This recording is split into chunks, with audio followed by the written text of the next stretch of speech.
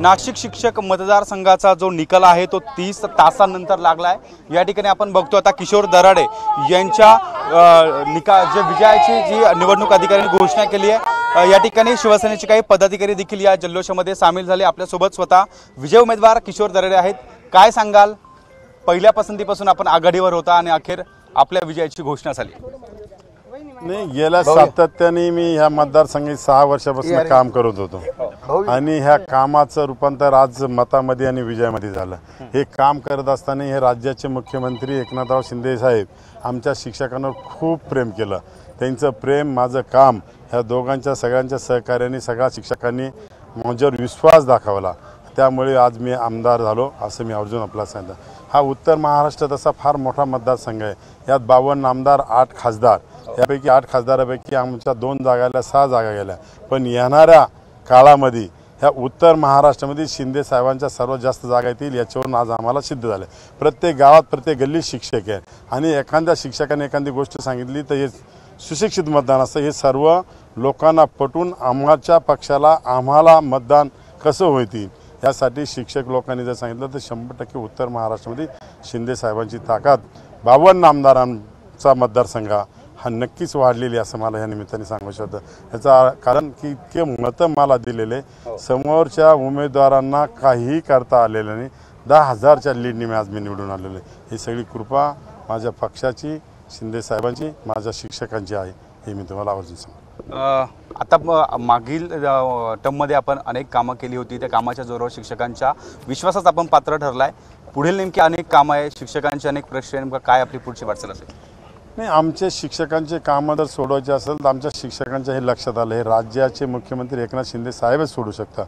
गेल्या 3 तारखेला आमची मीटिंग झाली, असा एकही मुख्यमंत्री आमच्या शिक्षकांना कधी बघायला मिळाला नाही। आमच्या कामासाठी 3-3 तास देतो, एक नाही 6-6 मंत्री घेऊन शिक्षण विभागाची काय परिस्थिती त्यांच्या पूर्ण लक्षात आलं। आमच्या शिक्षकांना चांगलं जर दिलं तर नक्कीच आमचे जे विद्यार्थी असतील चांगल्या प्रकारचे घडतील आणि एक चांगली दिशा देण्याचं काम शिक्षक करता। हे असल्यामुळे माननीय मुख्यमंत्री साहेब पूर्ण वेळ आम्हाला देता आणि आमच्या शिक्षकांच्या ज्या ज्या अडीअडचणी असतील त्या जागेवर सोडवण्याचा प्रयत्न सातत्याने ते करता। आपल्यासोबत शिवसेनेचे नेते भाऊसाहेब चौधरी आहेत।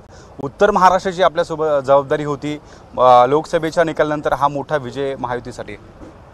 नाशिक शिक्षक मतदारसंघ हा खऱ्या अर्थाने फार मोठा मतदारसंघ आहे। 5 जिल्ह्यांचा जवळजवळ 8 लोकसभा मतदारसंघ आणि विधानसभा क्षेत्राचा हा मतदारसंघ आहे आणि ह्या मतदारसंघामध्ये मागचे 5 वर्ष आमदार किशोरभाऊ दराडे यांनी प्रामाणिकपणे शिक्षकांसाठी, कर्मचाऱ्यांसाठी फार मोठ्या प्रमाणात त्या ठिकाणी काम केलं आहे आणि तेच बघून माननीय मुख्यमंत्री महोदयांनी त्यांना पुन्हा एकदा या विधानसभा शिक्षक मतदारसंघासाठी उमेदवारी त्या ठिकाणी जाहीर केली आणि पहिल्या दिवसापासूनची निवडणूक जी आहे, ज्या दिवशी किशोरभाऊ दराडे यांना उमेदवारी जाहीर झाली त्या दिवशी ही निवडणूक खऱ्या अर्थाने किशोरभाऊ त्या ठिकाणी जिंकलेले होते। कारण गेल्या 5 वर्षात त्याने सातत्याने शिक्षक असेल, कर्मचारी सातत्याने त्या ठिकाणी काम करत होते आणि मागच्या काही काळामध्ये मुख्यमंत्री महोदयांचे सातत्याने जे काही उत्तर महाराष्ट्रात दौरे झाले त्या निवडणुकीच्या अनुषंगाने साहेबांनी ज्या कर्मचाऱ्यांच्या, शिक्षकांच्या बैठका घेतल्या त्यामधून एक वेगळा संदेश शिक्षकांपर्यंत गेला आणि ते शिक्षक जे आहेत ज्याच्या ज्या मागण्या होत्या त्या मागण्यासाठी साहेबांनी आश्वासनं दिली आणि शिंदे साहेबांचा स्वभावच असा आहे की जे जे सांगितलं जातं, जे आश्वासन देते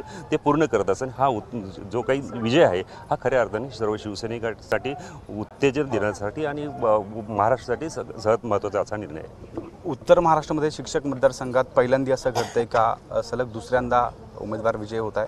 आपल्या पक्षाचे काय आपल्या नाही, हा याच्या अगोदरचा इतिहास पाहिला तर पुन्हा कधी ह्या ठिकाणी पुन्हा रिपीट आमदार झालेला नाही आहे। परंतु किशोरभाऊ दराडेने मागच्या गेल्या 5 वर्षामध्ये केलेली कामं, मुख्यमंत्री महोदयांनी गेल्या 2.5 वर्षात केलेली महाराष्ट्रासाठी कामं, हे कामांचा सरळ सहार बघितला तर हे उत्तर महाराष्ट्र पुन्हा एकदा माननीय मुख्यमंत्र्यांच्या पाठीशी ठामपणे उभा राहिलेलं आहे। आपल्यासोबत शिवसेनेचे नेते ज्यांच्यावर प्रचाराची जबाबदारी होती, काय सांगाल? संजय राऊतांच्या सभा झाल्या, अनेक शिवसेनेचे ठाकरे गटाचे नेते प्रचारामध्ये होते, काय आपण आता त्यांना उत्तर द्या? संजय राऊत विरुद्ध हे बोलघेवड्यांची कामं नाही आहे। या ठिकाणी किशोर दराडेंनी जे काही कामं मागच्या 6 वर्षामध्ये केले त्या 6 वर्षाच्या कामाची पावती म्हणून मुख्यमंत्र्यांनी त्यांना उमेदवारी दिली आणि मुख्यमंत्री एकनाथरावजी शिंदे साहेबांच्या त्या सगळ्या दौऱ्यामुळे शिक्षकांच्याही ह्या गोष्टी, म्हणजे शिक्षक हा समाजातला सर्वात पुढारलेला वर्ग आहे आणि सर्वात हुशार वर्ग असतो, जो पुस्तकाने मस्तक सुधारलेलं मस्तक कोणापुढे झुकत नसतं, असा न झुकणारा वर्ग सुद्धा विश्वास कोणावर ठेवू शकतो, तर त्याची पात्रता असेल त्याच्यावरच विश्वास ठेवू शकतो, हे या निवडणुकीत दाखवून दिलंय। आणि निश्चितपणे मुख्यमंत्री महोदयांवरती या ठिकाणी विश्वास ठेवून किशोर दराडेंना यांना या ठिकाणी एवढ्या मोठ्या फरकाने या ठिकाणी निवडून देणं म्हणजे संजय राऊत सारख्या बोलघेवड्यांच्या थोबाडात मारण्यासारखं आहे। नक्कीच आपण बघतोय ठाकरे गटाच्या नेत्यांवर या ठिकाणी जे आरोप केले होते त्यांना उत्तर देण्यासाठी सर्व शिवसेनेचे नेते या ठिकाणी जल्लोषामध्ये सामील झाले। किशोर दराडे यांच्या विजयाची घोषणा झाल्यानंतर सर्व कुटुंबियांसोबत त्यांनी या ठिकाणी जल्लोष साजरा केला आणि त्यानंतर आता त्यांनी येणाऱ्या काळामध्ये शिक्षकांचे जे प्रश्न आहेत ते पूर्ण करण्याचं देखील शिक्षकांच्या प्रश्नांसोबत आम्ही ठामपणे भूमिका घेणार असं देखील मत त्यांनी व्यक्त केलं आहे। कॅमेरामन मयूर बारगेसह शुभम बोडके, एबीपी माझा, नाशिक।